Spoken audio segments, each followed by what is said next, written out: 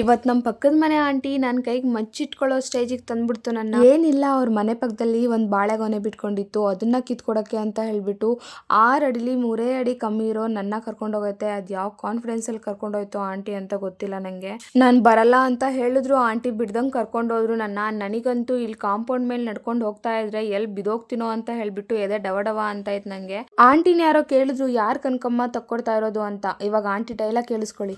ಈಗ ಇಲ್ಲೊಂದು bodyguard ready ಮಾಡ್ಕೊಳ್ಳಿಲ್ವಾ? ಇದೇ ಬಾಳೆಗೊನೆನ ನೋಡಿ ನಾನು ಇವಾಗ ಕಟ್ ಮಾಡಬೇಕಾಗಿರೋದು. ಆಂಟಿ ಹೆಂಗೋ ನನ್ನ ಕೈಗೆ ಮಚ್ಚು ಸಹ ಕೊಟ್ಬಿಟ್ರು. ಇವಾಗ ನಾನು ಬಾಳೆಗೊನೆನೆಲ್ಲ ಕಟ್ ಮಾಡಕ್ ಹೋಗ್ಲಿಲ್ಲ, ನೋಡಿ ಮುಂದೆ ಏನಾಗುತ್ತೆ ಅಂತ. A few moments later. ನಾನು ಬಾಳೆಗೊನೆ ಕಿತ್ತಾಕ್ಲಿಲ್ಲ, ಗಿಡನೇ ಉಳ್ರಿಸ್ಬಿಟ್ಟೆ. ದೇವ್ರು ನಿನ್ಗೆ ಒಳ್ಳೇದು ಮಾಡ್ತದ, ನಿನ್ ಜನ್ಮಕ್ಕೆ ಹೋಗೋ.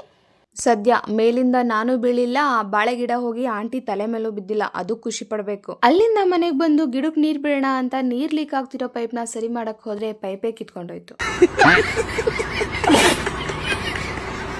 ಏನೋ ಒಂದು ಮಾಡಿ ಪೈಪ್ನ ಸರಿ ಮಾಡಿ ಇವಾಗ ಗಿಡಕ್ಕೆಲ್ಲ ನೀರು ಬಿಡ್ತಾ ಇದ್ದೀನಿ.